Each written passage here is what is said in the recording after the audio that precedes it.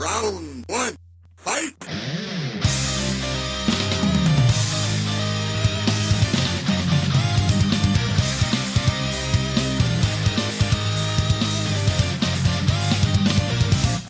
The Grim Reaper Gamers are a 25 and over gaming community with members spanning the globe, playing games across all genres, but our roots are in first-person shooters.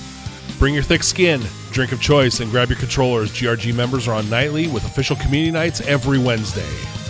And now, it's time for the ReaperCast.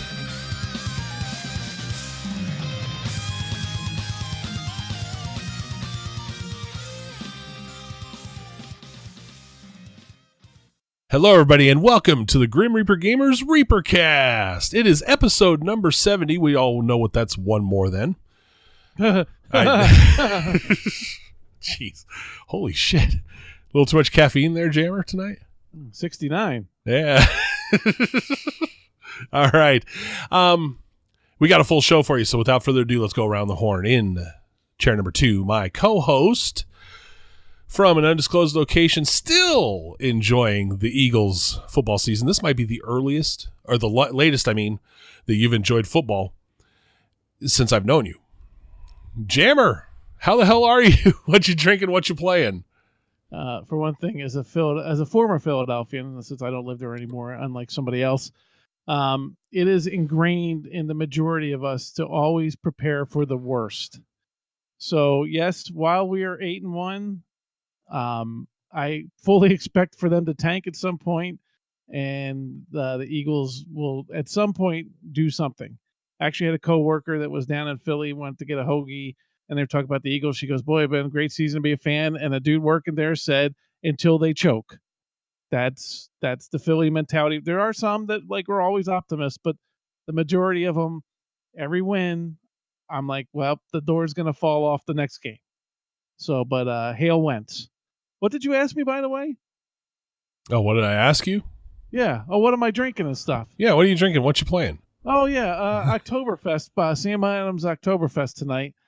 And I've been playing a slew of games. It's Call of Duty, World War II. I'm really good at that game, and I carry Lala. Secondly, a ton of Assassin's Creed Origins, which I'm really enjoying. And then tonight we're going to talk about it a little bit. You know, with the Xbox One X, I was playing about any game that had enhanced on it so I could check it out. So I've actually did a lot of gaming this week. Been a good week for me gaming wise. Very good, very good. We will be talking about both the Call of Duty World War World War II title, and the Xbox One X here shortly. So yes, you're in a different time zone, so maybe it's World War I for you. No, Central we were time, talking about that Eastern Battlefield bundle earlier, pre-show, and I got my World Wars crossed. Okay. Anyway, so Both chair games number 3, huh? Yeah, both games he hasn't played. Oh, please. Anyway, chair number 3. It is the grumpiest of all grumpkins, the man behind the tomato meter. It is Lala Calamari. Jack, how the hell are you? What you drinking? What you playing? Doing fine as usual. I'm drinking an old throwback I found in the back of my fridge, a Yingling Lager. This is pretty much a staple of the Philadelphia area. Last one, finishing that out, and then I'll be moving over some Brooklyn Lager that I always drink. And unlike Jammer, I'm not scared. I'm just cautiously optimistic for the Eagles. And yeah, we're going all the way. We're going all the way. I'm cursing them. I'm on board the Wentz wagon. I am fully aboard. I bought my tickets early this season. I'm all in. I'm all in. This team looks great. It's exciting. I love it. It's great to be a Philadelphia Eagles fan. What am I playing? Well, I wrapped up Destiny, and we still have some of the raid to do, and I like to revisit that, but we're all taking a break on that. So I kind of finished up on that. And I was playing a bit of Warframe and some Fortnite Battle Royale until some other game came along and basically inhales all of my free time. And that's Call of Duty. So yeah, I'm playing Call of Duty nonstop since the release. And if we weren't recording tonight, I'd be playing it right now. With me? No. No, I would pull a Vikes, show offline, and protect myself from scrubs. Warframe is crazy to me. You need a doctorate to play that game. I really want to like the game, and it's so they're so fucking. Yeah, I have two issues with it. One is if I play it for long periods of time, especially when I join in with others, you have a couple other people. It almost puts you into a seizure. The amount of like jumping, spinning, flashing, explosions. I feel like after 2 hours of it, my eyes are rolling in the back of my head, and I need to, lie down. I'm going to pass out. It gets pretty crazy. But the other issue is, it is a very difficult game. It's easy to get in and play and like kill things, but then when you start trying to like unlock different frames or different weapons, there's a lot to it. There's a lot of depth to it, and it's not very well explained to the new players, to the noobs. And I have no idea what the fuck I'm doing. So I just I hit up our resident experts, Quantum, Reaper Man, or Grumpy, and figure out what the fuck I'm supposed to do because I have no clue. But I was looking at some of the stuff for the PC. They have the open world for Warframe, and that looks very, very exciting. So if you're looking for a game similar to Destiny with like space combat and free, and that DLC will be free. It's out for the PC and it's coming to the Xbox and PlayStation soon. I think in the next month, and it's a fully open world expansion, completely different than their standard gameplay. So they're willing to take huge chances and mix things up. So it's kind of exciting, and hopefully that'll come out when things slow down and give us something else to play. Has Call of Duty received its enhanced graphics yet? Yes. Or it does? Okay, all right. That's not on our agenda next, John. Yeah, I know. Well, you guys were talking about the enhanced games and stuff. I just had to throw that question out there. But anyway, now see, our audience can know what we have to work with. That's right. I'm in full ADD mode tonight. So anyway, let's get back to the agenda. Talking about events, community events going on as usual. Check out grimreapergamers.com/events or the forums at forums.grimreapergamers.com for the LFG posts. It's been all Destiny all the time of late, but I got a feeling another game from the people at Activision will be taking over some nights for us there. The old World War II title is going to get some traction now. So, in fact, Destiny's already seen a bit of a hit since the shiny new penny has hit, but I'm sure we will be back and forth on those titles throughout the rest of the year. I expect when Destiny gets some content or some events come out, the DLC, we'll go back to that. What I'm very, very excited for is tomorrow, Wednesday, is GRG's community night, and we have a Call of Duty to play, and I cannot wait for private matches. I cannot wait. This is going to be so much fun. Will there be a Sandy Vagina match? We got to figure out which would be a Sandy Vagina match. We got to figure it out. Hardcore pistols or shotguns or some crazy stupid ass shit.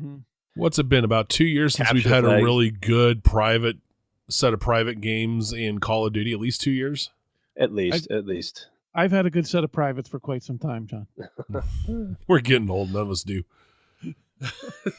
So it's very exciting. I cannot wait for this. This is probably one of my favorite community activities to do is the private matches. It's just a lot of fun.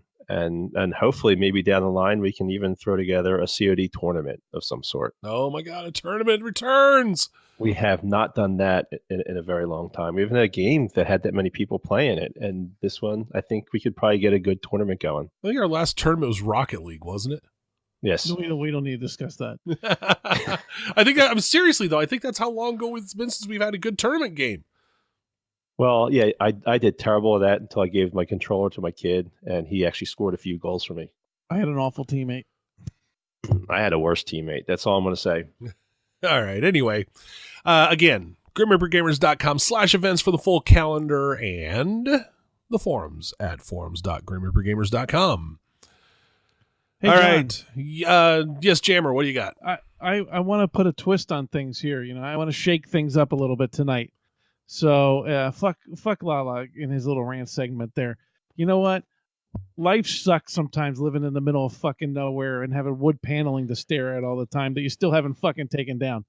So I offer to you as your friend in this season of thankful. I'm thankful for you as my friend that you should have a rant segment tonight. Would you happen to have anything to rant about? Oh, gee. Let me see. But Yes. before you What? do- What? Before you do, Oh, God. briefly, in exchange for giving you this, I would like my $25 back. Oh, Jesus. So go ahead. All right. I had a family thing that happened. Nothing serious, nothing bad, just unexpected that caused me to delay my streaming for Extra Life until a later date. I think sometime this coming weekend and the next weekend or something like that. So I'll have more information out on the site on that as far as my makeup streams. But yes, Saturday did not go as I had planned. No, you do not get your money back. That's for the kids. That is cruel. My God, you Ebenezer Scrooge. I paid $8 an hour for your 3 hours of gaming. I was paying a little over $1 an hour for your gaming. You will get your money's worth. Don't worry about it. And with your gaming skill, $1 an hour is a lot of money for your skills. All right. Well, anyway, my rant is regarding Extra Life, and not about Extra Life itself, but about Twitch.tv. One thing I noticed on Saturday during the Extra Life Marathon, which raised over $7 million for Children's Miracle Networks. And by the way, fundraising can still happen through the end of the year, so they're not done. That is just last weekend's total as of the big Extra Life event. One problem I had. Twitch.tv has been a big proponent in the past years of Extra Life. A lot of streamers, a lot of pro streamers and amateur streamers stream for this charity. It is one of the two biggest charities regarding gaming in the country per year, along with Operation Supply Drop. Normally, Twitch TV does a very good job of promoting this. This year, they really dropped the ball. I went through to Twitch.tv several times, and on their thumbnails to show what shows on the front page, they had nothing but esports crap. Nothing but Street Fighter and League of Legends and whatever. 6 different competitions. You're telling me you can't put a damn thumbnail out there for a major charity for Children's Miracle Network?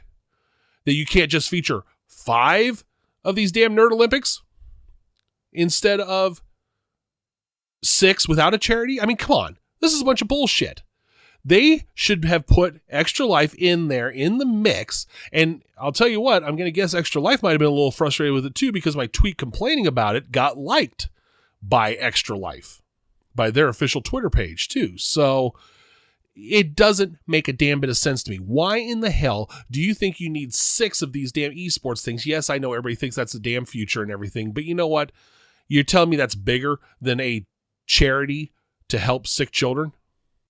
Come on, Twitch. Do better next time. Are you going to just go the money grubbing ways down the Amazon owns you, or are you going to still keep what made you good to begin with? So it's kind of like somebody that says they're going to game for 24 hours and then only games for 3. So basically the whole thing was a fuck up. See, Twitch fucked up. Certain people that I might have donated towards their cause, and, you know, he even shut off when I was online to game with him. I came back later that night. You feel better now? A little bit. I'm just happy Twitter increased the number of letters you can use, so his rants can be extra long. But see, I do my best ranting in short bursts. I don't know if this 280 characters is going to be good. He generally calls people a hack. That's his go-to. Well, see now, I mean, there's one thing. I guess I can lengthen my insults. I mean, hack was usually because had 140 characters, so that at least gave me 136 to explain why I was calling them a hack. Now I can call them a douche nozzle, fuckwad. There you go. Something like that. Okay, so maybe there's a few for examples. the kids. For the kids, you can call Twitch a douche nozzle. Come on, you douche nozzles, do better for the children, fuckers. There you go. Well, Anyway, I'm glad I could give that to you. Let's move on to news. Well, and for those who missed their Lala rant, it will be coming. Don't worry. He can't get through a whole show without it. I never rant. He does a fucking rant before the show. I'm all ranted out. We started him early tonight so we could start a recording early. So Yeah. There's a pre-show rant and then a recording rant every show. All right, in gaming news, PUBG has finally given a release date for the Xbox. The Xbox release will be December 12th, 2017. $30. I'm telling you, if you don't buy this game, I don't know what to tell you. I'm just going to say that right now. Looked freaking gorgeous, by the way, in the presentation. The 4K that they showed looked awesome. So, no word. I don't believe the desert map will be out yet on Not that. even out for PC yet, so. No, but I don't think it'll be out by then either for either one. But so it'll be the city map. But the game that took Steam by storm and still has the highest, even though, we talked about some people heading elsewhere, it still has the highest player count right now. So, this is going to be big for Xbox. Yeah, huge. I'm very excited for this one. I know a lot of guys in GRG are as well. We've been playing some of the Fortnite, which is basically the clone of Battlegrounds. Mm-hmm. And I think everybody likes the actual gameplay, but I guess their implementation of it doesn't meet up to Battlegrounds.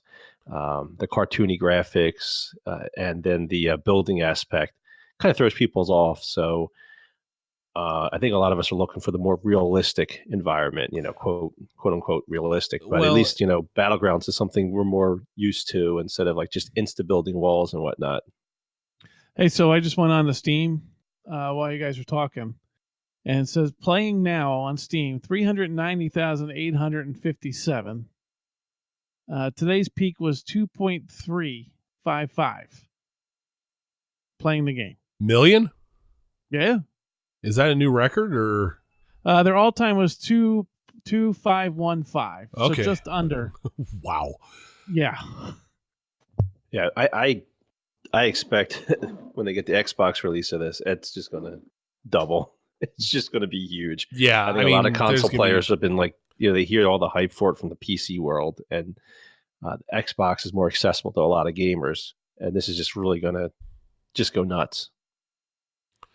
The thing about PUBG versus Fortnite is that the combat in Fortnite is very simplified compared to PUBG. You've got all the attachments and everything else, various types of guns, attachments and all that. Fortnite, you have guns and ammo. You don't have, your gun has all of the attachments it's going to have. There's no adding to it. There's no putting the red dot scope or a laser scope or this, that, silencer or whatever. You don't have any of that stuff. And I think that's where PUBG still has the advantage over Fortnite. While Fortnite is fun, it just isn't what the hardcore shooter players really want out of that. And that's why PUBG is going to be so much bigger. It sounds like you have a lot of experience in PUBG. I've not that much experience in PUBG. I mean, I played a little bit, but I mean, it's pretty obvious what the differences are. I mean, I've actually played more Fortnite than I have PUBG, but yeah, we're definitely looking forward to this title. Yeah. So it's gonna be a big one. Speaking of big titles, the numbers for Grand Theft Auto are out. GTA 5, 85 million copies sold, and from what I've heard, the microtransactions have made even more money. Oh, I can imagine. What kills me about this is this game sold in the last year, since February, it sold 10 million copies. This game's 4 years old, and it still sold 10 million copies last year. It's just nuts. It's because they've kept on adding to online. Yeah, so they know what to do. It's amazing. Elder Scrolls Online, the Clockwork City DLC, releasing today on consoles as of recording 11/7, Tuesday the 7th. Lala. Yes. I know you might not have an X yet, but ESO is one of the enhanced games. Yes. So just imagine, you probably could see the veins on the Horsewang now when you upgrade it. Each time you upgrade, it gets a little thicker, darker colored. Better swinging ball that physics. was one of my points for that for later. But the Clockwork City, it comes out today for the consoles. It's been out for the PC for I guess about a month. Yeah. They added a new trial, which is basically the raid.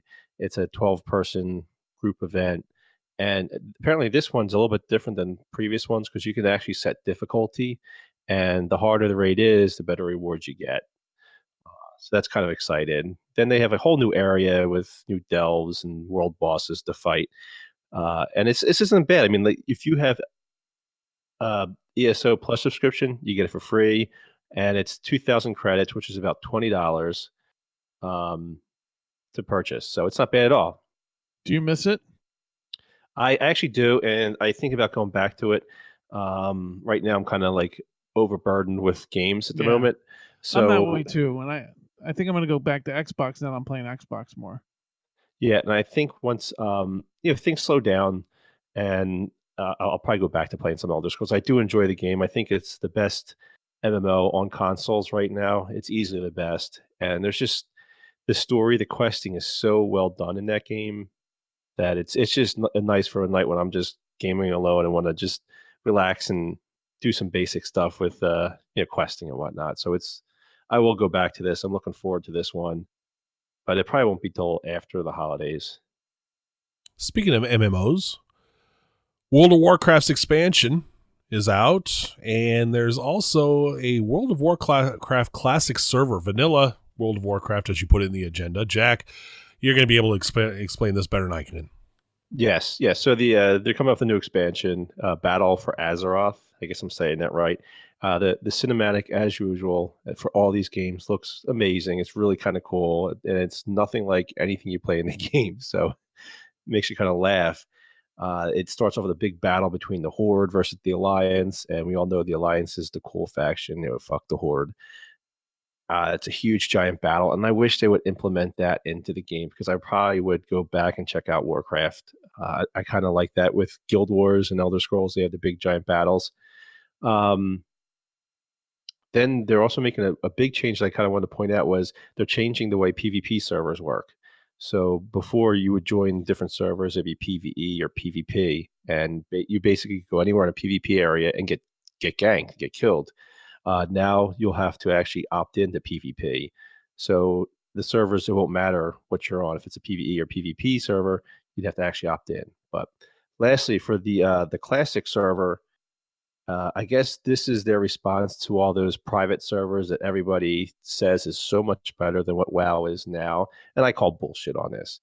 People like playing the vanilla servers, the private servers, because it's free World of Warcraft. I think there's a few neckbeards that think it's better, but I guarantee once they actually have to pay for this service, which I'm assuming it'll just be like an extra character slot, and you just choose which world you want to go into. So you're going to be paying the standard $15 a month. They're going to pay for this. After about a month's time, they're going to say, fuck this. I want my quality of life changes that current WoW offers, and I'm going back to that. So I think this is something they're going to kind of like pander to try to get past these private servers that are people playing for free. And I just never think it's going to be anything that takes off and really lasts. I just can't imagine why someone would want to do that versus playing stuff that's currently updated. I'll say with Warcraft, I just looked it up. 2 weeks from now is the 14th anniversary of that game. It's amazing. 14 years, and they're the only MMO that still continues to carry where people pay monthly for that. They never go free to play. I mean, they had that free to play trial shit in the beginning now, but consistently, and I'm sure there are people for 14 years that have been paying that fee every month to Blizzard. It's phenomenal that they've been able to do that. Yes, but it's such a deep, huge game that I can understand why. And people, they join these guilds and they become friends, families, kind of like what we do here. And yeah, it's just, I can imagine from day one, they probably were paying, they're still paying, and they probably will pay until they shut the servers down. By the way, for somebody who got in day one, paying $15 a month, you have paid $2,520 for World of Warcraft. Yeah. On top of it. You think over 14 years, that's actually not bad. No, I mean, I'm not saying that as a judgment on that. I'm just saying that is an astonishing number, and that is actually more of a testimony to the staying power of this game, that people have spent up to $2,500 outside of the amount of money it costs to buy the game itself. Yeah, see, I never got into it at that time. So by the time I was playing the game, people were in different spots. So I never got that camaraderie that a lot of people do in that game that have been in it long term. So sometimes I'm regretful that I didn't get on it early on to be part of that. Yeah, I've played. I played real late, and I played Wrath of the Lich King. I think it was a year after that came out, and I had a few characters I got up to max level, and I did the next update as well. I think it was Deathwing or whatever the hell it was called, Cataclysm. And the game's fun, it's enjoyable. Going back to it now after playing a game like Star Wars or playing Elder Scrolls or Guild Wars, it's very, very hard. I'm used to. I enjoy the voice acting from quests and all the interaction. There's that salsa burp, Jesus Christ! And go eat some celery for Christ's sake. Yeah. And going back to WoW, where it's all text-based quest, it's just not as I don't know. It just doesn't do it for me. It's definitely an old school game, even though they've updated it. It still plays like an old school game. Yeah, the expansions have updated to make it more current. But I know we got to move on. But it's just an amazing testament. I mean, it said November 23rd, 2004 is when it launched. Yes, unreal. All right, and now we'll talk about the biggest release this week, the obvious big one. The Xbox One X has hit. It has dropped. Hopefully, if you didn't order through Best Buy for shipping or Amazon UK, you'll have it today. But yeah, big old release jammer. Well, the first I want to say is the funniest thing is that months ago when we first discussed this, probably around E3 or whatever, the two people that bitched the most about the console, and I still think the S is going to outsell the X, but the one person that defended it didn't get the console, and the two people that said that it won't sell that well bought the console and have the console. So it shows how fucked up and backwards this is. But and one of us may or may not have the Project Scorpio edition.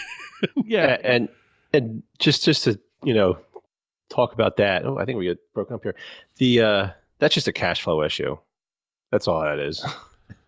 I'm just broke at the moment. Somebody's hoping Santa brings one down the chimney. Yeah, that's what we're hopeful for. Trust me, because if I had the cash for it, it'd be in there and I'd be installing it and playing on it right now. Impressive hardware so far from what I've seen. Heavy as hell. I was a little surprised at how heavy the damn console was. I was a little surprised at the weight for how small it was. Yeah, I think you probably have bricks in yours. No, from what I hear, this is everybody. This thing is heavier than my launch edition Xbox. So, first of all, John, the one important thing I noticed is that Farming Sim is enhanced. Yes, I saw that.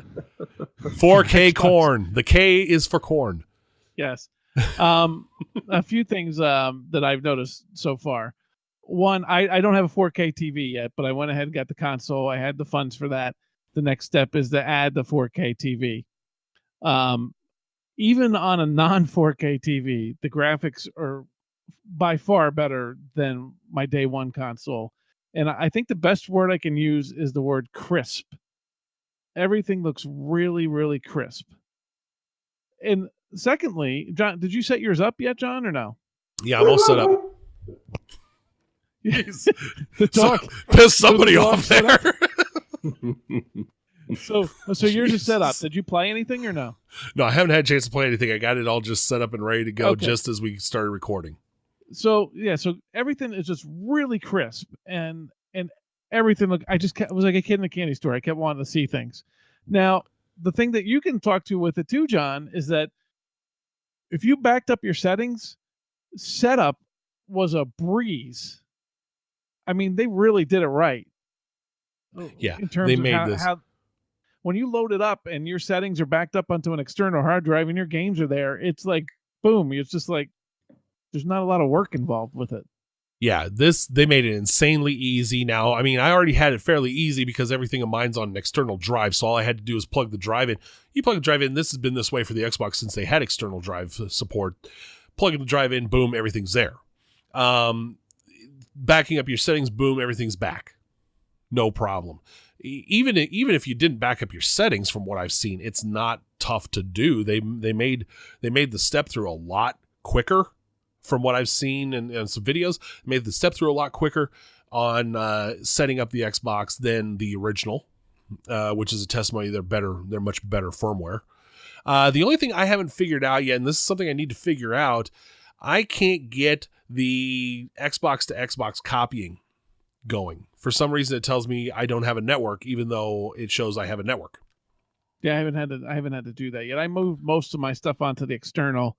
There's like a game or two on my day one that I'm going to hook up onto another TV before I even try and mess with that. Well, this isn't so much for my day one. It's because I want to copy Call of Duty to the Xbox that I have in the living room as well, upstairs, from my main Xbox down here, in case I want to play up in the living room with the kids or something, with my older boys, because that's actually my home Xbox, so I can share games on it. But it won't let me do anything like that yet. So I got to figure out why those two aren't seeing each other, even though they are on the exact same network. I'm floored by the graphics I'm seeing, and I'm not even on a 4K TV. So I can't even imagine on a 4K. Well, we're getting true 1080p finally out of the Xbox as well. So that's noticeable to me without a 4K. That's part of the reason I did this now is I had the money, and I'm like, we talked about in the cast before, is if you're going to get it, you got to get a 4K TV. There's a huge expense there. So I just broke it up, and I'm like, okay, we'll do this now, and then Christmas is coming. We'll look at the 4K TV then, because I'm still getting an upgrade in graphics. And I'm telling you, from somebody that doesn't have a 4K TV, the graphics are noticeably better in the 1080p, even if you don't have the 4K TV. And so if you're on the fence on it and you don't have the 4K yet, and you want to get one, you kind of want to get one. It's the real deal. Which is something I questioned at E3, whether that would be a noticeable difference, and it sounds like I am happily wrong with the improvements just on a 1080p set. And then 4K wise, digital is a great example. Digital has high-end computer gaming. I mean, like top of the line graphics, some 4K stuff, I think. But he's about as top of the line as you can get in PC gaming, and he's floored by what he's seeing. So that's a great testament by somebody that generally deals with high end on the PC side. Well, especially in Arc, that's been a big complaint about the Xbox side, is that Arc's graphics are just and the from what I've seen on the 4K, it's just phenomenal. It's matching up what I have on my 1070 on my PC. Yeah, it's insane, and I'm so impressed with with what I've seen, and I've only played for a few hours tonight before we had to record the show, so I'm just sad I didn't get his and hers. You should have. Oh God! Now, actually, I want to ask Jack, because one thing I feel bad about. I'm an asshole. I don't really feel bad. Yeah, you don't feel bad. Come on. It's like lying. The people that have it now in our Discord chat are all like, "Holy shit! Look at this! Holy shit! Look at this! Holy!" And I could just imagine like Jack, who wants one, or Grex, reading that. And you're like, motherfuckers, just shut up. I'm like, well, I'm booting you guys all. So I mean, it's you guys are all booted from GRG. No, yeah, I'm insanely jealous. I definitely want one. The timing of the release and money in my pocket don't add up. So, like I said, I've already been working on my 14-year-old to get me one. He knows to work the wife, and if I get the Xbox X, he can have my Slim, and that can go to his room. So he knows the value of that. He gets a free Xbox if I get one. So he's been pushing on her, and he's been hitting on her and getting, hopefully Santa will come through and hook me up with the new console. We'll see. If not, I'm sure I'll have some Christmas money and I'll be getting one then. I'm jealous. I mean, I have a 4K TV, and I play in these, Forza 7, Call of Duty, and I die to see what it would look like. Well, even on my 1080p, I mean, just the shininess glimmering off of cars and everything in Forza. Like I said, crisp is the best word I can use to describe what I'm seeing. And then there's the load times and everything. I mean, the thing is just super fast. Well, that's why I wanted to touch base on one of the points I had was I saw a tweet about Grand Theft Auto and the load time where the Slim, it takes like a minute and 7 seconds to launch the game and get into the game. And for the X, it took a total of 24 seconds. So you're going from a minute and 7 down to 24 seconds. That's a huge, Even things like the dashboard, all that stuff is just way fast. I mean, I'm coming from day one, so Yeah, so am I. I'm 3 years out. What was that? 3 years ago. Almost So, four. yeah. Was it almost 4 now? Yeah. Yeah. Wow. Jesus Christ. So, I didn't have a Slim. And one of the things that annoyed me is the OS just took forever. It seemed like it was always dragging ass. And I mean, this thing. And now the other thing, and day one it's not a loud console. I'm not going to try and compare it to the 360. I mean, but I could hear a little bit of noise coming out of it. This thing is like stealth mode. You don't even know it's running. That's how quiet it is. Yeah, I was reading. We were talking about Elder Scrolls earlier, and they also today released the updates for the Xbox X, the graphic updates. And one of the things they mentioned was now they're able to give you a greater distance. Like you can view further along and see stuff like high texture items further out. So just because that game's huge and like the areas are humongous, and now you can see like a castle way off in the distance where before, if you play on the Slim or the day one, you won't see those items. So that was one of the points they made. Yeah, that's a big difference, especially with the better graphics cards on PC, is that draw distance can be greatly expanded. And that's one of the things, I mentioned to Ark earlier on the Xbox, man. I mean, you were seeing about three theoretical feet in front of you on the Xbox. Now you could see way down the map to an island way off to the side. I mean, it's just ridiculous how much the draw distance, the textures, everything really expands out. And I know we've always talked about gameplay over graphics, but god damn, it's pretty. Well, how do they manage to do that? You look at the price of PC components, you look at a graphic card, and they're insane, the prices of graphic cards for PC. As much as a console. Oh, and that's what I'm saying. Like, so now you're getting this thing for, what, $500, and just how can they compete with a graphic card that's $300-$400? I mean, I think there's no doubt they're losing money on this to get this in the hands of the hardcore of the heavy duty gamers. But I think they're also using the AMD technology, the AMD chipset, the GPU, the CPU, that, if they're using Vega can do a lot more with lower power consumption and less cost. And since this graphics card that they're using for the X isn't affected by Bitcoin and other cryptocurrency, the prices on that are going to be a lot lower than, what we can get right now video cards are going ridiculously high because of cryptocurrency. That's not affecting Microsoft, but I'm going to guess that they are either a razor slim margin or a loss on this box right now to get them into homes. But they also have that second avenue to get into more homes at a lower price, and we've started to see price drops on that to kind of segue over into the Xbox One S and some of the deals we're starting to see now. What have we seen? The $199 for the Battlefield 1 bundle at Walmart, yeah. At Walmart, and Walmart now has a bundle with an Xbox One S plus a game of your choice out of 5 games, which is Call of Duty, NBA 2K18, Assassin's Creed, Halo. Well, the bundle is the Halo bundle, or the with that, or the it's the Halo bundle, or the was it the Minecraft bundle? The Madden bundle. Thank you. The Madden, the 500 gig Madden bundle, and then you got one of these top tier games that have just come out: FIFA, Call of Duty, Madden, not Madden, NBA, Assassin's Creed, top tier games, new releases with a controller and a controller for $250.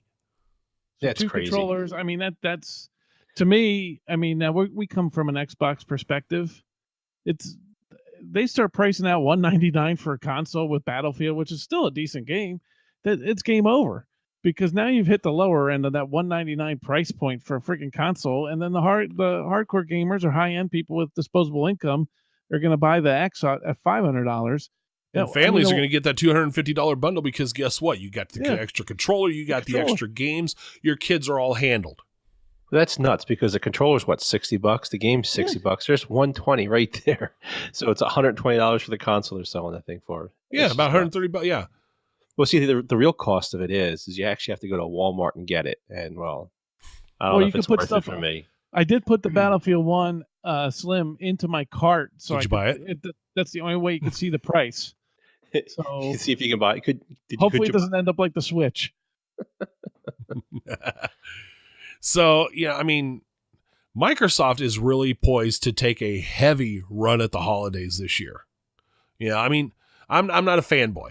I am game where you like, game what you like, but let's face it, they're going all in this holiday season. No doubt. Their goal all along with the Xbox long ago, with the One, was they wanted it to be your entertainment center. They wanted it in homes, as many homes as they could get it in, passing TV through it and everything. And now, if they're going to start hitting price points at $199, yeah, I mean, you're not going to get people that don't game at all, but they're going to be able to flood the market with people putting these in their homes at Christmas time. No, they're going to get a lot more casual gamers too. You know, those game every now and then. They're going to get families, and the best part is you get all these people, and they're on your system. So they're not segmented. They're all, you can play live if you got the S. You can play live if you got the X. You can play each other. There's no splitting up the base, so to speak. Smart move on their part. Very good move. Very good move, and I think we're going to see a payoff. It's been about, 2 years in the making? Yeah, and we'll talk about it more. I mean, I gamed for 3 hours on it. I'm sure the next cast we'll be able to talk even more about it. But so far, I am not regretting getting it. So 3 hours. So that's the career high for Johnny? Yeah, that's about every hour of Extra Life. Oh, Jesus. By the way, I'm still just astounded. We talked about this before the show, how heavy the damn thing is. For how I didn't think it was that heavy. I mean, for how compact, it's a pretty, I don't know, it feels heavier than my day one. I think you need to go to the gym. Well, it's nice not having, like, the Slims don't have it, but if I keep moving my Xbox around, I won't. Day ones had that damn big power pack too, which I know the Slims got rid of that, but it's nice. Well, so the X, yeah. I thought because of the power of that machine, I thought it was going to need a big power brick, and it doesn't. Nope, it's got a cord. Yep. That was one thing that really surprised me. And I believe that's the first model that did have that brick inside. So let's move over to, speaking of big releases, last week's big release, Friday's big release, Call of Duty. Well, Jack, I think you got a few things to say first, don't you? Yes. Now it's time for the Lala rant of the episode. And this is a softball. This was an easy one. It was a no-brainer. And everybody that bought Call of Duty can pretty much guess what I'm going to go on about. But the goddamn fucking servers working at launch. I mean, seriously, I'd probably be a little bit more understanding as if this was the first Call of Duty ever to fucking come out. Ever. No, we were 10 years into the same engine and they're still having problems at launch day. How is this fucking possible? How is it possible? It is amazing. You think that they would have like this metric to gauge interest of what they're going to have at launch, like maybe like pre-orders or something like that, to kind of get an idea how many people are going to be on for the first day. I was up to 12 o'clock that night. I was set to play a few rounds. I just want to get like 2 or 3 rounds in.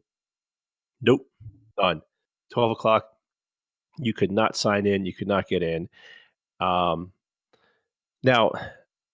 I actually think the problem wasn't actually server capacity, more as if the server configuration. And I think they completely fucked up trying to carbon copy Destiny 2's tower social space. And I don't think they were able to handle 48 people in a room at that moment.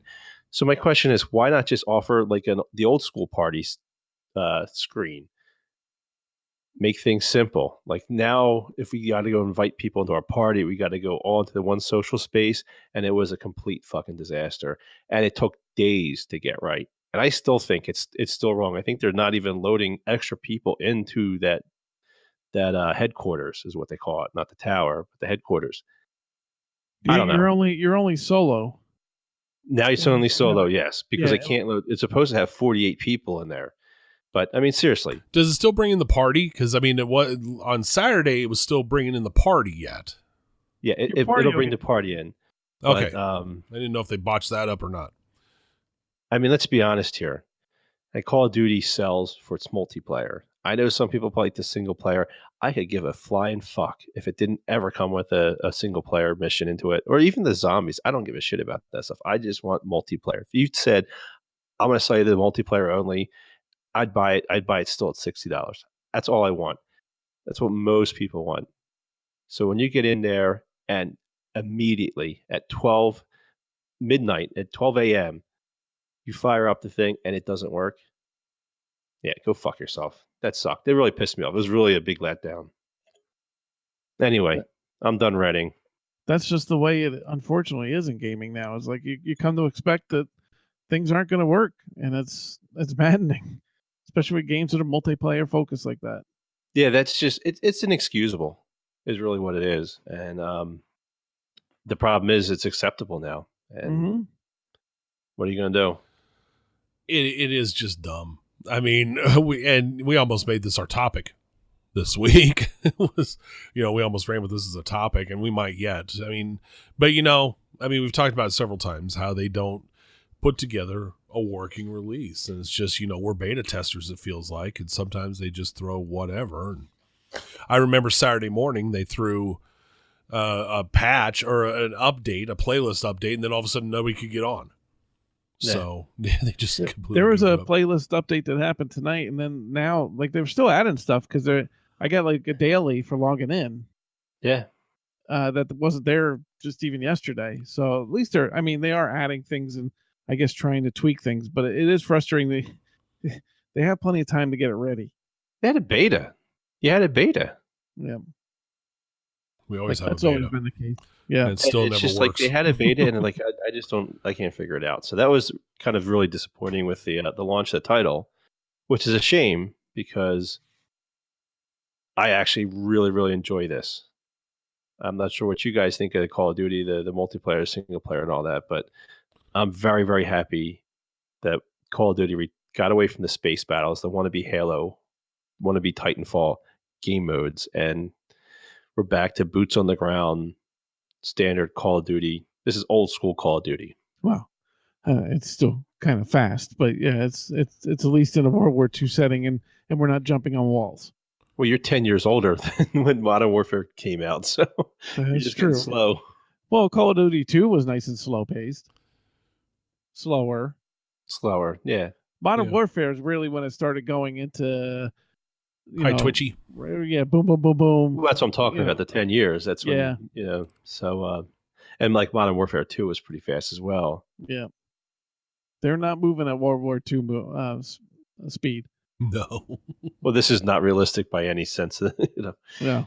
Let's break it down, John. Let's break it on down. We got. Let's talk about the various elements of World War II Call of Duty and our impressions. Let's start with maps. What do you guys think of the maps so far? I mean, I played a handful. War is pretty limited on its maps.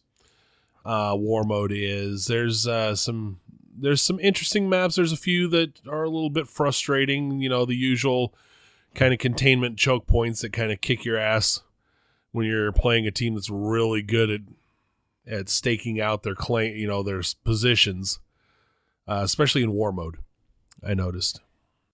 Yeah, I'm actually happy that they brought in a massive map again. Like I think it's that Gustav's Cannon, the one with the big cannon on the railroad. Mm-hmm.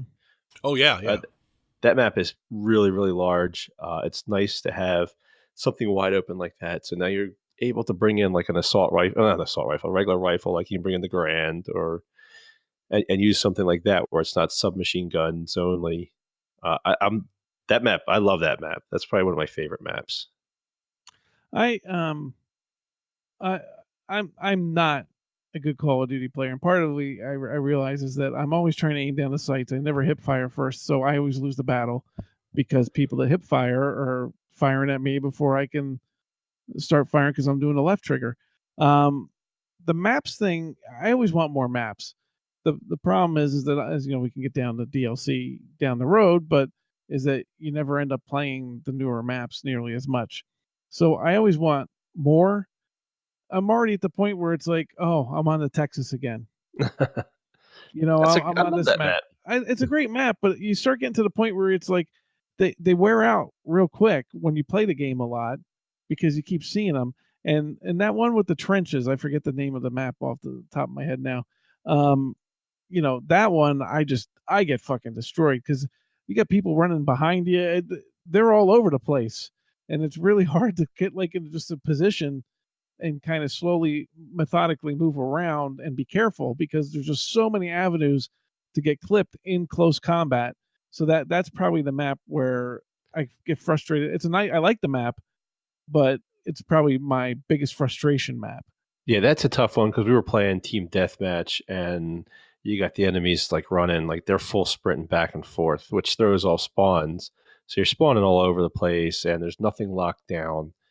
And it's a tough map to play in TDM. Like Gibraltar, I like Gibraltar, but I really feel that's an unbalanced map. If you start off at the bottom level, you're kind of screwed. I mean, it's hard to overcome that, and it's weird. It's even though it's a video game, it's almost exhausting constantly trying to battle up this hill and flip spawns. And That was the one I had my best match ever. Was in yeah, that map. I 'Cause kind we of were up like that. high. I kind of like that map, but you have to really fight for that top spot, and maybe that's what'll be what makes that map special. Like Bog for Modern Warfare 1 was an unbalanced map, but you fought for a specific spawn point. Like it was a battle, and that's all you did. Yeah, I mean, so far, most of the maps I think are pretty solid. So I'm pretty happy with them all. Just that one you said with the trenches was a little rough. I think that's just a thing where we have to play them a few times and learn the maps, get some map awareness, and it'll make things improve a little bit. Yeah, I just think the map awareness in that one is just tougher because those trenches kind of sprawl out almost like a spider web. That it's hard. Map awareness is hard. I mean, you go up the stairs and there's that one room where you got to watch. Sometimes there's a guy in the corner waiting for you. There's little spots like that, but when you're down in the trenches, that's just fucking chaos. It's almost like what the fuck was that really tight map in it's probably the first Modern Warfare that was really tight, and it was just mass casualties everywhere. I forget the name of it. Fucking can't think of it now. It was a really tight map that people like. It wasn't Nuketown, but people like to have fun with. Shipyard or yeah, I think it had all the shipping containers and all that stuff. But it was really tight, and it was just like death. Was what I called it because it was just every time you turned around there was somebody there. Yeah, that's even more brutal because in the center of that docks, or not the docks, I'm gonna say docks. Center of the trenches is that like little clearing area. Mm-hmm. That's where B is for Dom. It's just it's ugly. Trying to cap that is because you have like 3 or 4 different ways for them to come, and they can come from over top. So because you can get up top there and run across the top there, you don't have to be in the trenches. Mm-hmm. So I mean, it's not that. It's not. That's probably my least favorite map. Yeah.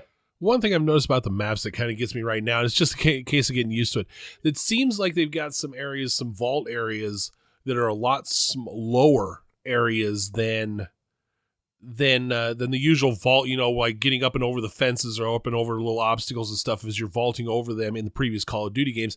It almost seems like they're more knee high or less on your character, and you still have to vault them like normal, but the problem is if you don't catch them right away, you don't catch them early on, your field of view goes over them, so you don't see it and you feel like you're stuck and you're like, what the hell? And then you realize, hit A, you vault this little, in scale 2-foot obstacle that you should be able to just run right over. You see that in the Texas map, the ship map, there's a few spots there that are like that where you think like you're looking at it, you think you'd be able to just kind of walk right over that, but you can't. You actually have to vault over it. And one of the main war maps has the same. Has it in about the middle area that you just don't think it's something that your guy has to vault, but you do. Yeah. And that's really been the biggest, other than a couple of points that kind of that you kind of get choked out, and maybe and some of the smaller maps, the usual spawn flipping and everything like that, to where you spawn right in front of an enemy.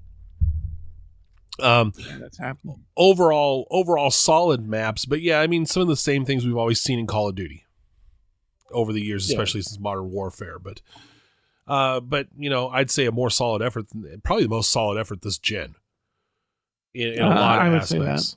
In a lot of aspects, and this is one of them. It's still fast. It's always going to be fast. It's always going to be fast. That's what this game is now. Weapons. What do you guys think of weapons? Now, I've been dwelling on the infantry stuff. I have not jumped around on the weapons a lot in my play. I've been playing one of the light machine guns that, and I don't mind it, but I've been playing more with the attachments than flipping weapons. Yeah, I've unlocked quite a few, and it's tough because I'm a fanboy of certain weapons of World War II. So you got the Garand, you have the bar, and then was it the carbine, I forget so the US, basically the US war weapons. I'm a big fan of those. Just in real life, they're fascinating guns to me. I love them. They're always going to be my favorite, and kind of what my go-to is. I've been rocking the bar a lot, and that's a pretty good gun. If you have a prestige token, I recommend it. I know there's probably better ones, but I think that's my favorite gun in game. And then the Garand is always my favorite gun, forever and ever, just no matter what game. I have all these unlocked tokens that I haven't even used because I've been using the Garand and the PP submachine is the other one I've been using for the most part. And I've just been working on those guns, so I probably have like 10 unlocked tokens because I haven't. And the one thing I don't like, and I don't remember if this was the case before with the unlock shit, is I can't see the weapon stats on a gun until after I unlock it. So when you're trying to decide what you want to unlock, I mean, you kind of know some of the guns from playing games in the past and everything, but I'd like to be able to see kind of, don't give me everything necessarily, I get it, but give me some type of hint of what I'm getting out of that submachine gun or the rifle or whatever. Yeah, I think for the PPSH, whatever it is, I like that one. That's my favorite SMG. The other ones, I know some people like the Type 100s. There's a few other ones. I couldn't use those guns. They just don't have the hitting power. I think the PPSH, that's the one I can do pretty good damage on, especially the smaller maps. And then if you're on a real tight map, equip the silencer on so people don't know where the hell you're shooting from. It's just great. It causes mass chaos because they have no idea they're getting shot or their buddy's getting shot because you don't show up on radar at all. It's just a great gun. For the LMGs, I was messing around with the MG15, but I haven't played with the other ones. I hear the Lewis is really good, but it's just a gun I use in domination if I need to lock down a point and have a lot of ammo. It works well. I don't know. If I had one thing to say about weapons, it's screw the bazooka. That is the most useless goddamn weapon in the game. Say, your one thing isn't to say is I got to start using the right trigger. No, it's not. Because here's the deal. I cannot understand how they figured out the physics of the bazooka because I can shoot through people and it will blow up right behind them and cause no damage. I can shoot right to the side of them into something just, barely to the side of them. It won't cause any damage. If I shoot it at their feet, it might cause 50% damage. I'm trying to figure out how the hell I don't have hamburger meat at that point when I shoot it right at their feet, much less in close proximity to them. And they, and then there's nothing. And they just shake it off on like, oh, fuck. Yeah, I've seen that as well. My understanding is the second one's better it's more of an anti-personnel rocket launcher. I don't know how true that is, but I've used that rocket launcher. I pegged somebody. I hit behind him, but I hit the wall behind him, which was maybe like 2 feet from where the guy was standing, and he was still alive. And I'm like, that's splash damage to blown this guy to. Yeah, I was gonna say, I'm pretty sure a 2.5 foot long shell is anti-personnel. If you hit it close to personnel, it's going to be anti about everything it hits. I think they just did that so they didn't have people spamming bazooka rockets. Because that would be a damn effective way to take out snipers. Because I hit the wall in front of a sniper and the sniper's still shooting. It's like bullshit. They need to balance that so that you have a weapon against the damn snipers and you can open things up a little bit. I mean, it's not like I have 20 damn shells. I have 3. Give me a shot to get in there and clear out a couple snipers so we can make some progress. That's simple. Yeah, we got to move forward, but I think Jack's right with it. If you have 4 people running around with bazookas, I mean, that'd just be... Well, that's true. I mean, it just becomes the next one they abuse. But I mean, they got to figure out some way to balance a little bit more, because the fact that some sniper can take one shot on me and I can't blow his ass to smithereens with a shell is still not, maybe reduce shells. Make it a one shot. Oh, one more thing. We got to move forward, of course, because we're running long. Fuck the shotgun. But I could say that in just about any shooter. Seriously. It's just shotguns are always OP. Last night there was one match. Somebody had a combat shotgun, and he just fucking... Every time I turned around, I was getting hit with that goddamn combat shotgun, and it was so maddening because it's kaboom, I'm dead. I had no chance. We had a guy on Saturday morning. We had a guy who was with Sniper and a few others in GRG with 5-man group, and that guy came through with a shotgun. And before ever having to reloading, boom, boom, boom, boom, boom, took us all out. Just in a row. You, Sniper, and then whoever else, yeah, I could see that. That's legitimate. But yeah, that shotgun can rot. Yeah. Not as bad as the Gears of War shotguns in the whole multiplayer used to play with that. That gun would really could fuck itself. All right, this is where I drop out for a little bit. Single player. What are your thoughts on the single player campaign? Here's the crazy thing again, just like the Xbox X. You and I tend to play single player. I don't play as much of Call of Duty. Jack never plays single player. Well, single player style games, yeah, and Jack always hates them. He's the only one that can speak of the single player right now. Yeah, I'm the only one that played. Well, and let's face it, the only reason I played the single player was because the first 2 nights wasn't working. So multiplayer wasn't working. It's Call of Duty single player and nothing different. It's the same thing. It's different areas. Yeah, basically. I mean, you basically have to run to the checkpoint and enemies respawn and come at you over and over and over. It doesn't matter how many you kill. You just need to get to that checkpoint. Just get the checkpoint, get the checkpoint, get the checkpoint. And you have 8 million people shooting at you. And I found it glitchy. I came into one spot where you're having this big fight and these jeeps start rolling in and you have to drag a fallen soldier to safety. And I don't know what was going on. I think it was glitched. I would grab him and it was almost like I was playing Dragon Slayer. If I made like the wrong turn, my screen would blow up.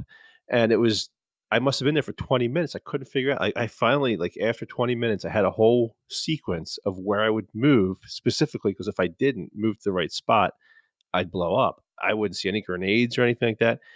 And it was just maddening. I don't know. So anyway, I got 4 chapters in, and of course, I'm menu retarded. I somehow managed to delete my save game, or maybe the game deleted. I don't know.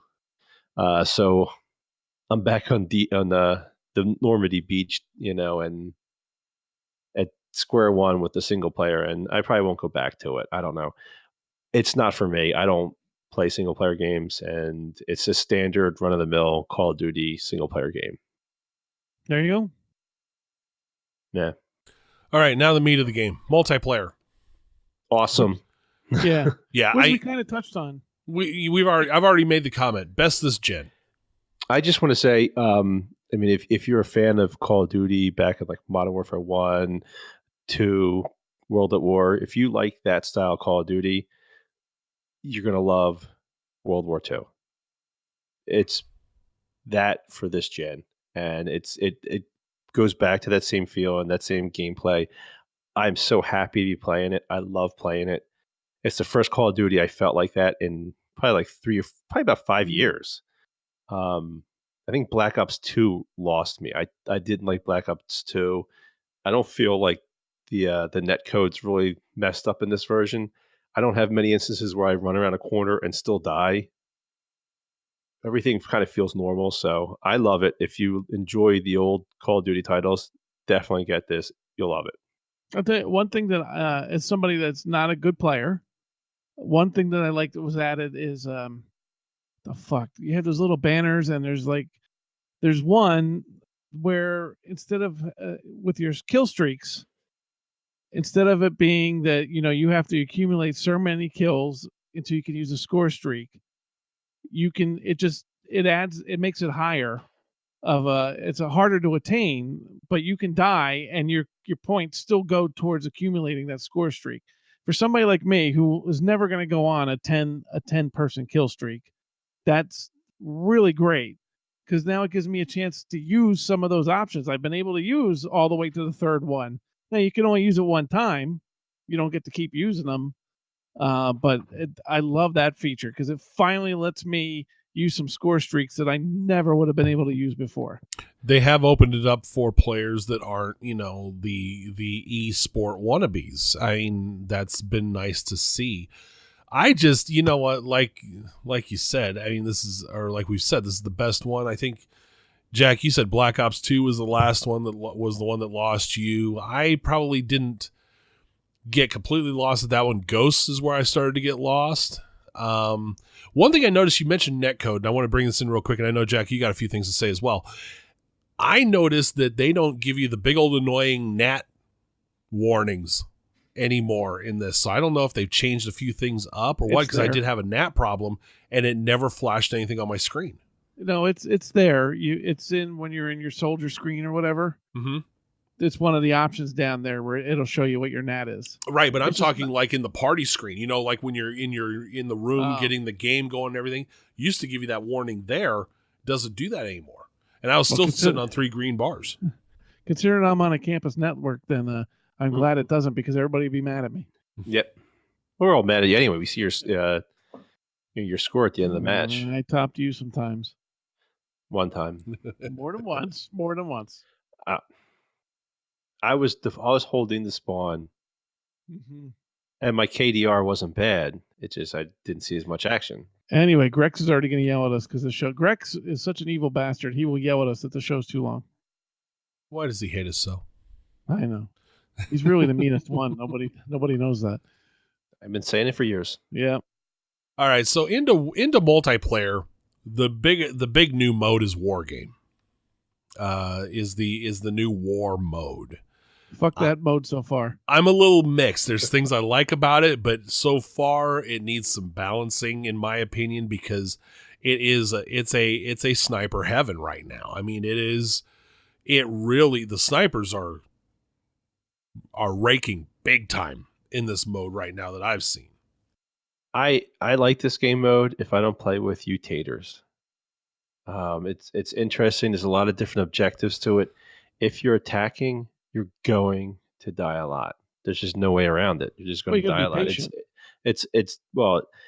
The odds are against you, so it's going to be a lot of response. They even state that when they were, explaining the game, it's just going to be rough. A lot of people have a hard time with that, with dying a lot.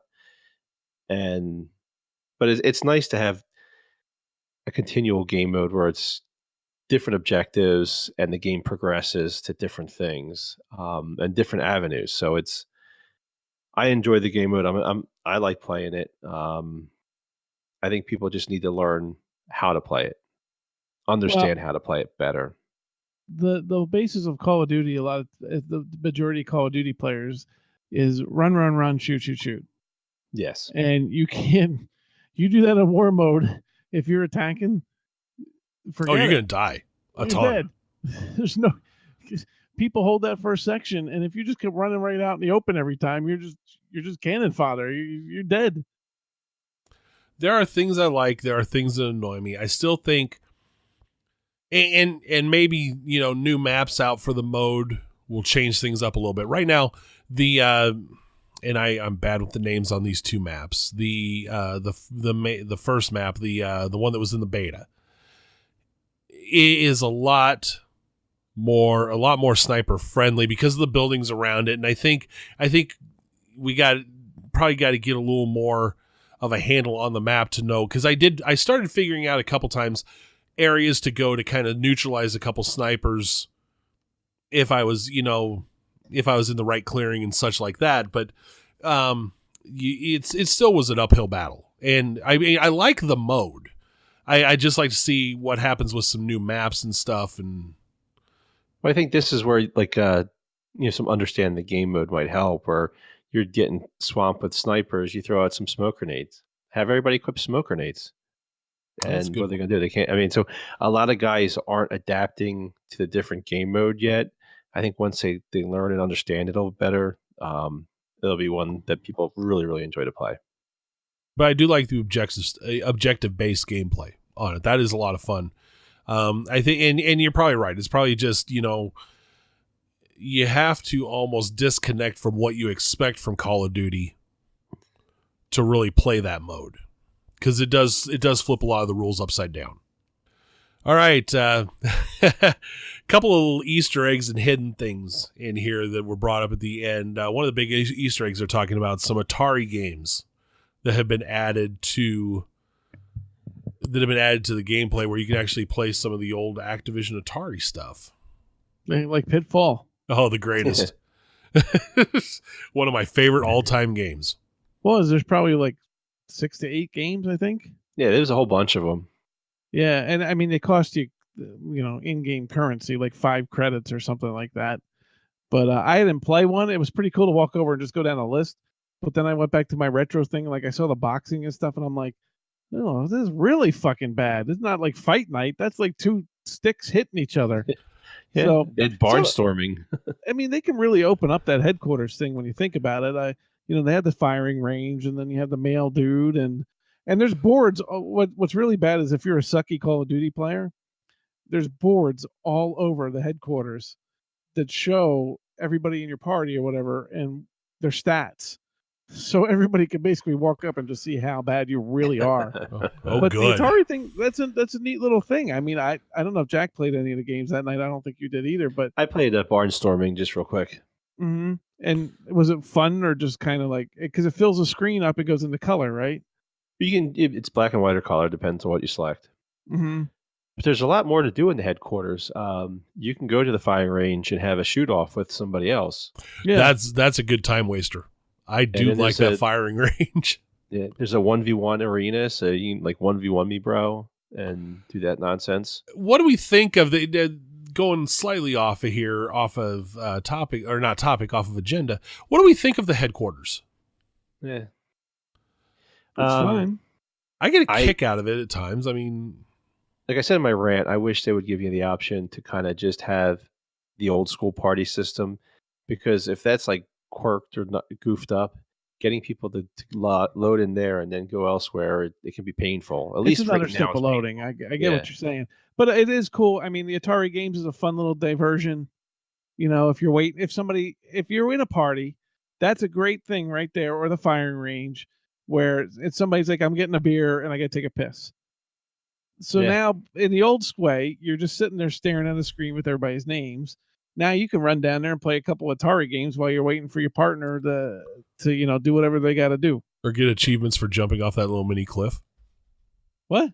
Yeah, there's a mini cliff that you can jump off of, and you can get achievements for. You can get a commendation for 15 and 25 feet. Oh, I'll try that then. Yeah, it's kind of neat. It's got that jagged rock sticking up and out. Is it down by the beach? Down by the video area. It's like if you go towards the video area instead of going into the theater, you go up the path, you'll see a big rock, and you can do a sprint up that rock and jump. All right. Yeah, and like they have a thing where you can test all the different score streaks, so I could see score streaks that I would never ever see in my life. I'll never get them. And speaking of score streaks, who had a score streak? Oh, no, yes, the hidden stuff. Yes, going back to hidden stuff. Nice work. We just didn't catch you. Yeah, I did too good of a job, apparently. Okay, Jack, I'm going to let you talk about this one. You put this in the forums at grimreapergamers.com. Well, yeah, I'll probably never see this, but they brought back the tactical nuke for World War II. It's they call it the V2 rocket. And you have to actually prestige all your divisions 5 times or some nonsense like that. And then in a game, get 25 kills. So if you get 25 kills, you can call on the V2 rocket and it just wipes out the map. Your team wins. Thank God for YouTube, because I'll never see it. Yeah. No, I think I'll see it at some point because there are people out there that's going to do all that shit. Oh yeah, or I'm okay. going to get nuked. Yeah, but I mean, see it from the vantage point of the winning team. No, yeah. So yeah, I thought that was pretty cool that they brought that back. Especially, you know what? And people bitched and moaned about the tactical nukes and stuff like that. I'm like, if you let somebody run train on your ass, get 25 nonstop kills on your ass, you need that match to be over with. It just needs to end, and it's a mercy kill, and it's a mercy roll. So,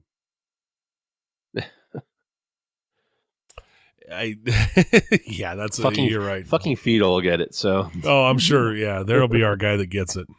Yep. All right, so I guess reaffirm. What do we think? I love it.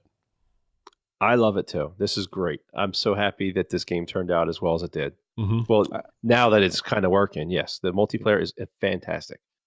I still get mad at my suckage, but I accept my suckage, but I still like it. Well, yeah. I mean, I gotta review the game based against something besides how bad I suck at it. I mean, I'd hate every game except Dark. But anyway, so there you go. It's back. Call of Duty's back finally. Thank God. All right, let's wrap this baby up because we have gone over. Okay, Jack, what do you got? You got one more thing, or are you just? I'm just dragging it out. Okay. All right. Want to welcome all new members to the clan. We've had some more show up for Call of Duty. Are you fucking with me too, Jammer? Yes. Okay. You have your 40-minute wrap up coming up. One note about Extra Life. I want to thank people who donated. I want to thank everybody who donated to the cause, whether it was to one of the GRG or somebody else. Thank you guys. 7.03 million as of this weekend, and I'm sure it'll 25. go over. It'll go over 8. They aren't refunding you. Just give up. They already heard you talk about the Xbox. They didn't realize you can afford it. You're in. Minus $25. Anyway, over $7 million for a great cause. Our next show will be recorded on right before Thanksgiving on the 21st, and we are probably going to be talking about holiday buying the GRG way. Maybe Battlefront, if any of us get that. Oh. Because Battlefront on 4K. God, it looks great, but I'm still not convinced that they aren't turning that sucker into pay to win. Anyway, Facebook page, facebook.com/Grim Reaper Gamers. God, you got me going too fast now. Jammer, hit me with the Twitter. It's oh shit, what is it? What is it, John? It's grgamers.com, spell out the .dot. Jesus Christ. All right. So follow us on Twitter, follow us on Facebook. Remember, we have an email address, ReaperCast@GrimReaperGamers.com. Guys, thank you for being on another pretty decent show, another jam-packed show, another one Grex will bitch about the length. So, for Jack and Jammer, this is Johnny Hustler saying, stay safe, have a good next couple weeks, and never game alone. I know my problem. My problem is I don't fucking hip People. fire. I don't hip fire. You don't hit people.